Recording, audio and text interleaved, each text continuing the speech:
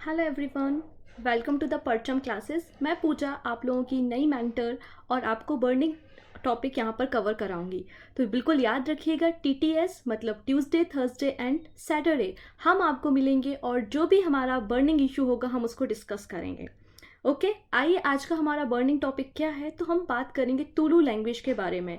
क्या इशू चल रहा है, क्यों लोग ट्वीट कर रहे हैं, क्या इंस्टाग्राम पे ट्विटर पे स्टोरीज चल रही हैं, तुलु नाडु क्या है, वो सारी बातें हम देखेंगे आज की क्लास में। तो बिल्कुल सभी लोग ज्वाइन कर लीजिए और एक बार लिंक को शेयर कर देंगे। आइए सेशन की शुरुआत करते हैं। तो सबसे पहले हम देखते हैं न्यूज़ क्या है। न्यूज़ जो कि इंडियन एक्सप्रेस में हमने यहाँ से लिया है, आप देख सकते हैं कि तुलु नाडु को बनाने की डिमांड चल रही है। साथ ही साथ तुलु लैंग्वेज को ऑफिशियल स्टेटस देने की यहाँ पर बातें चल रही हैं। इसलिए यहाँ पर ट्विटर पे एक हैशटैग भी चल रहा है और काफ़ी सारे पॉलिटिशियन, एमपीज एंड एमएलएज जो हैं वो भी इस बात को सपोर्ट कर रहे हैं। बड़े बड़े एक्टर्स भी जो हैं वो इस बात को सपोर्ट कर रहे हैं। इसलिए ये टॉपिक जो है वो बर्निंग इशूज में यहाँ पे कवर होता है। तो आज का हमारा टॉपिक जो है उसके मुद्दे क्या क्या रहने वाले हैं, पॉइंट्स क्या क्या रहने वाले हैं, आइए सबसे पहले वो देखते हैं। तो आज हम बात करेंगे कि क्या हो रहा है, what was happen, what is the Tulu Nadu, ये तुलु नाडु क्या है, क्यों तुलु नाडु बनाने की डिमांड उठाई जा रही है, भारत में कौन वो लोग हैं जो कि तुलु भाषा बोलते हैं या किन राज्यों में, किन स्टेट्स में तुलु भाषा बोली जाती है, एग्जैक्टली वो क्या डिमांड कर रहे हैं और गवर्नमेंट क्या उनकी डिमांड्स को फुलफिल करेगी, वो क्या डिमांड कर रहे हैं, किस आर्टिकल से इन बातों का संबंध है, अगर हमने इस भाषा को शेड्यूल 8 में जोड़ दिया तो क्या होगा, और शेड्यूल 8 में भाषाओं को किस प्रकार से जोड़ा जाता है। ये सारे टॉपिक आज हम डिस्कस करेंगे। तो आपको सभी प्रश्नों का आंसर वीडियो के अंत तक मिल जाएगा। तो वीडियो को लास्ट तक देखेंगे, वहां पर आपके लिए एक क्वेश्चन ऑफ द डे भी हमने जोड़ा है जिसका आंसर आपको कमेंट सेक्शन में हमें देना है। ठीक है, आइए हम शुरुआत करते हैं। सबसे पहले हम बात कर लेते हैं कि क्या चल रहा है न्यूज़ में, क्यों ये हैशटैग चल रहा है, क्यों एमपी, एमएलएज और बड़े बड़े एक्टर्स यहाँ पर पार्टिसिपेट कर रहे हैं। तो तुलु जो स्पीकिंग लोग हैं, जो कि कर्नाटक और केरला में बोले जाने वाली एक लैंग्वेज है, तो तुलु भाषा के लिए यहाँ पर प्रोटेस्ट चल रहा है कि तुलु भाषा को भी 8 शेड्यूल में कॉन्स्टिट्यूशन के शामिल किया जाना चाहिए। साथ ही साथ जो हमारी नई एजुकेशन पॉलिसी लॉन्च हुई है 2020 की, उसमें भी तुलु भाषा को इंक्लूड करने की बातें की जा रही है कि प्राइमरी लेवल पे, प्राइमरी स्कूल पे जो है वो तुलु भाषा को भी इंक्लूड किया जाना चाहिए। ये डिमांड जो है बड़े बड़े एमपीज, एमएलएज के द्वारा और केरला और कर्नाटका के लोगों के द्वारा चलाया जा रहा एक कैंपेन है जिसमें बड़े बड़े एक्टर भी शामिल हुए हैं। अगर मैं आपको बता दूं तो शिल्पा शेट्टी जो है वो भी एक तुलु भाषा से संबंधित एक्ट्रेस है। ऐसे ही कई सारे एक्ट्रेस जो है वो यहाँ पर शामिल हैं जो कि इस कैंपेन को सपोर्ट कर रहे हैं। अब ये भाषा कहाँ पर बोली जाती है? अगर मैं तुलु भाषा के बारे में बात करूं तो तुलु भाषा की अगर हम हिस्ट्री पे बात करते हैं तो एक द्रविडियन लैंग्वेज फैमिली से ये भाषा बिलोंग करती है। तो ये जो लैंग्वेज है ये द्रविडियन लैंग्वेज है और ऐसा बोला जाता है कि द्रविडियन लैंग्वेज की सबसे ज़्यादा डेवलप्ड कोई लैंग्वेज अगर है तो वो तुलु लैंग्वेज है। ठीक है, अब जो तुलु लैंग्वेज है वो बेसिकली कर्नाटका और केरला के कुछ रीजन में बोली जाती है। तो कर्नाटका में दक्षिण कन्नड़ और उडुपी डिस्ट्रिक्ट में बोली जाती है ये भाषा, और कासरगोड डिस्ट्रिक्ट जो कि आपके केरला के रीजन में आता है वहां पर तुलु भाषा बोली जाती है। लगभग 18 लाख लोग जो है वो तुलु भाषा को बोलते हैं। तो जिस एरिया में तुलु भाषा बोली जाती है उसे ही तुलु नाडु कहा जाता है। तो लगातार लोग ये भी डिमांड उठाते हैं कि तुलु नाडु को एक सेपरेट स्टेट का दर्जा दिया जाना चाहिए। तो सेपरेट स्टेट के बारे में भी तुलु नाडु के लोग बातें करते हैं।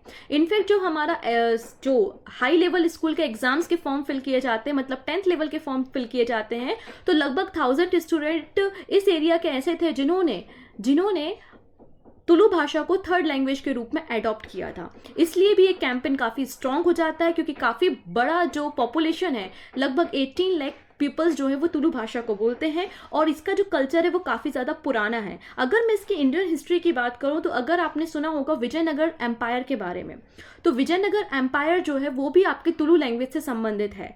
विजयनगर एम्पायर जो है वो सदर्न इंडिया मतलब साउथ इंडिया का एक साम्राज्य था और हरियर बुक्का नाम के 2 भाइयों ने विजयनगर राज्य की स्थापना की थी। साथ ही साथ आपने कृष्णदेव राय का नाम भी सुना होगा, वो भी तुलुक डायनेस्टी से बिलोंग करते थे। इसका ये मतलब हुआ लगभग 2500 ईयर अगो ये तुलु लैंग्वेज जो है वो डेवलप की गई थी। तो ये एक द्रविडियन लैंग्वेज है, इसको आपको याद रखना है। यहाँ पर आप मैप के जरिए देख सकते हैं कि तुलु नाडु कौन सा एरिया है। तो आप देखेंगे दक्षिण कन्नड़, इसके अलावा उडुपी और कासरगोड डिस्ट्रिक्ट जो है केरला की, इन सभी एरिया में जो है वो तुलु भाषा बोली जाती है। इसको ही हम तुलु नाडु कहते हैं। अब बात कर लेते हैं ये 8 शेड्यूल क्या है और कैसे इन भाषाओं को 8 शेड्यूल में शामिल किया जाता है। अगर तुलु भाषा को 8 शेड्यूल में शामिल कर दिया गया तो क्या एडवांटेज होंगे, इनको भी हम यहाँ पर देख लेते हैं। ठीक है, साथ ही साथ कर्नाटका गवर्नमेंट ने कुछ समय पहले ही प्राइमरी लेवल पे, स्कूल लेवल पे जो है वो तुलु भाषा को इंट्रोड्यूस भी किया था। अब देख लेते हैं आर्ट एंड कल्चर तुलु भाषा का। जैसा कि मैंने कहा कि काफ़ी सारे जो फिल्म एक्ट्रेस हैं वो आपके तुलु भाषा से संबंधित रहे हैं और हर साल 5 to 7 मूवीज़ जो है वो तुलु लैंग्वेज में लॉन्च की जाती हैं। आपका जो यक्षगानम कर्नाटका का फोक डांस है या डांस फॉर्म है वो भी तुलु आर्ट के अंतर्गत ही आता है। अगर हमने इसको 8 शेड्यूल में मेंशन कर दिया तो क्या फ़ायदा होगा? तो सबसे पहला फ़ायदा ये होगा कि साहित्य अकादमी के द्वारा तुलु भाषा को पहचान मिल जाएगी और तुलु भाषा के जो भी लिटरेचर हैं, जो भी साहित्य तुलु भाषा में लिखा गया है उसका अदर लैंग्वेज में भी ट्रांसलेट किया जाएगा। साथ ही साथ अगर आप बात करते हैं मेंबर ऑफ पार्लियामेंट्स की, एमपीज और एमएलएज जब विधानसभा और लोकसभा में जाते हैं तो अगर तुलु भाषा को हमने शेड्यूल 8 में शामिल कर दिया गया तो वो तुलु भाषा में भी अपनी स्पीच को दे सकेंगे, अपने विचारों को प्रकट कर सकेंगे तुलु भाषा में। और जब आप किसी भी एग्जाम फॉर्म को फिल करते हैं तो एग्जाम में जो आपकी भाषाएं होती हैं वो सभी भाषाओं को इंक्लूड किया जाता है जो शेड्यूल 8 में होती हैं। अगर तुलु भाषा को शेड्यूल 8 में शामिल कर दिया गया तो आप तुलु भाषा में भी एग्जाम दे सकते हैं, मतलब तुलु भाषा भी वहां पर ऑप्शन में होगी। साथ ही साथ इस भाषा को डेवलप करने के लिए, इस लैंग्वेज के डेवलपमेंट के लिए भी सेंट्रल गवर्नमेंट के द्वारा एडिशनल फंडिंग दी जाएगी और प्राइमरी स्कूल पर भी इसको पढ़ाने का काम शुरू किया जाएगा अगर इसको 8 शेड्यूल में शामिल कर दिया गया। तो प्रश्न ये उठता है, क्या ऐसा किया जा सकता है? क्या हम 8 शेड्यूल में तुलु लैंग्वेज को शामिल कर सकते हैं? तो आंसर है यस। अब ये कैसे शामिल होगा, आइए हम पॉलिटी से रिलेटेड कुछ आर्टिकल्स को यहाँ पर समझ लेते हैं। देखिएगा, सबसे पहले बात करते हैं ऑफिशियल लैंग्वेज की। हालांकि भारत की कोई भी नेशनल लैंग्वेज नहीं है, क्योंकि नेशनल लैंग्वेज वो होती है जो भारत के पूरे हिस्से में बोली जाती है। और हम और आप जानते हैं कि हम नॉर्थ के रीजन में हिंदी भाषा का प्रयोग करते हैं, लेकिन साउथ के लोग जो हैं वो हिंदी भाषा का प्रयोग नहीं करते, इंग्लिश भाषा का प्रयोग करते हैं। इसलिए हमारी कोई भी नेशनल लैंग्वेज नहीं है, जबकि हमारी एक ऑफिशियल लैंग्वेज है जिसका नाम है इंग्लिश।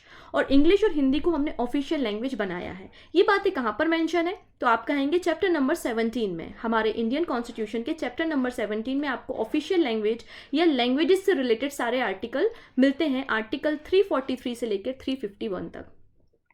ठीक है, अगर किसी भाषा को आप ऑफिशियल लैंग्वेज बनाना चाहते हैं या शेड्यूल नंबर 8 में मेंशन करना चाहते हैं तो ऐसा हमारे संविधान में आर्टिकल नंबर 344 में मेंशन्ड है कि इसके लिए राष्ट्रपति के द्वारा एक कमेटी का गठन किया जाएगा।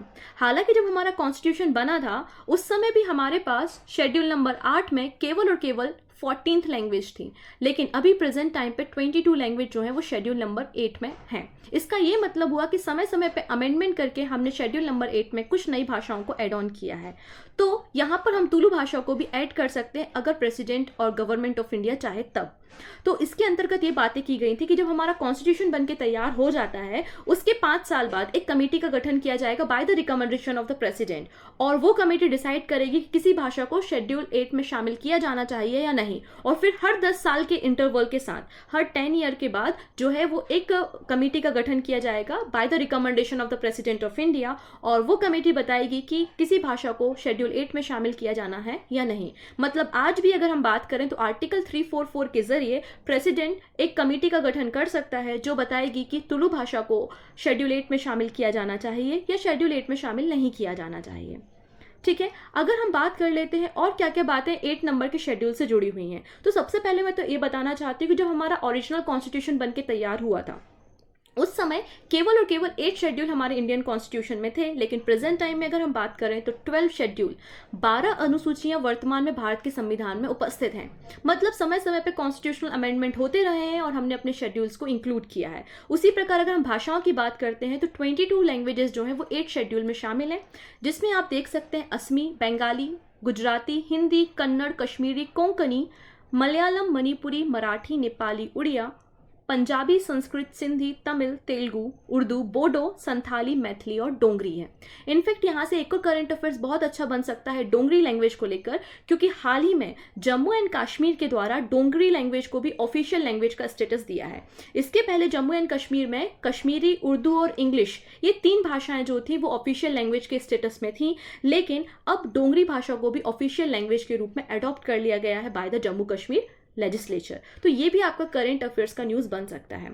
अगर हम बात करें कि कौन कौन से अमेंडमेंट यहाँ पर हुए हैं हमारी लैंग्वेजेस से रिलेटेड, तो देखिएगा मेजरली 3 अमेंडमेंट यहाँ पर हुए हैं। सबसे पहले बात कर लेते हैं 21 नंबर का कॉन्स्टिट्यूशनल अमेंडमेंट जो कि 1967 में हुआ था, जिसके अंतर्गत हमने सिंधी लैंग्वेज को जोड़ा था। और ये जो सिंधी लैंग्वेज है ये आपकी 15th नंबर की कॉन्स्टिट्यूशनल या ऑफिशियल लैंग्वेज बन गई है, जो कि शेड्यूल 8 में जोड़ी गई थी। सेकेंड टाइम अगर बात करें तो सेकेंड टाइम जो सेकेंड अमेंडमेंट हुआ है वो 71 नंबर का कॉन्स्टिट्यूशनल अमेंडमेंट एक्ट था, जो कि 1992 में हुआ था। इससे भी आपने 3 डिफरेंट लैंग्वेजेस को शेड्यूल 8 में जोड़ा था, और वो 3 लैंग्वेजेस कौन सी थी? कोंकणी, मणिपुरी और नेपाली।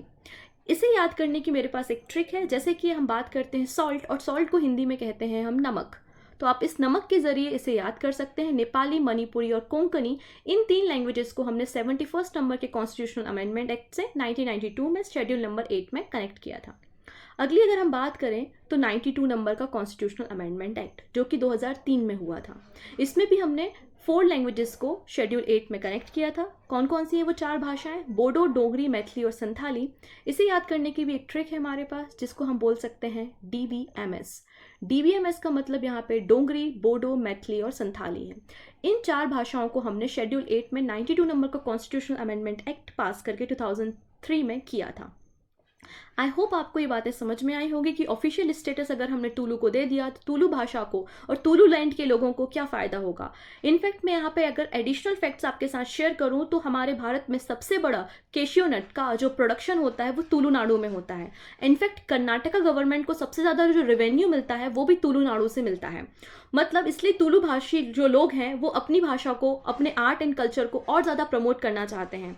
इसलिए यहाँ पे लगातार ये कैंपेन चल रहा है कि तुलु लैंग्वेज को भी शेड्यूल नंबर 8 में शामिल किया जाना चाहिए। ये हमारा क्वेश्चन ऑफ द डे है, जिसका आंसर आपको हमें कमेंट सेक्शन में ज़रूर देना है। साथ ही साथ ये बताना है कि सेशन आपको कैसा लगा, और बिल्कुल आप यहाँ पे रिमाइंडर सेट कर सकते हैं कि TTS इसी समय हम आपसे मिलेंगे बर्निंग इश्यूज के साथ। तो हमारा क्वेश्चन ऑफ द डे है, from which constitutional amendment Oriya was replace by the Odia.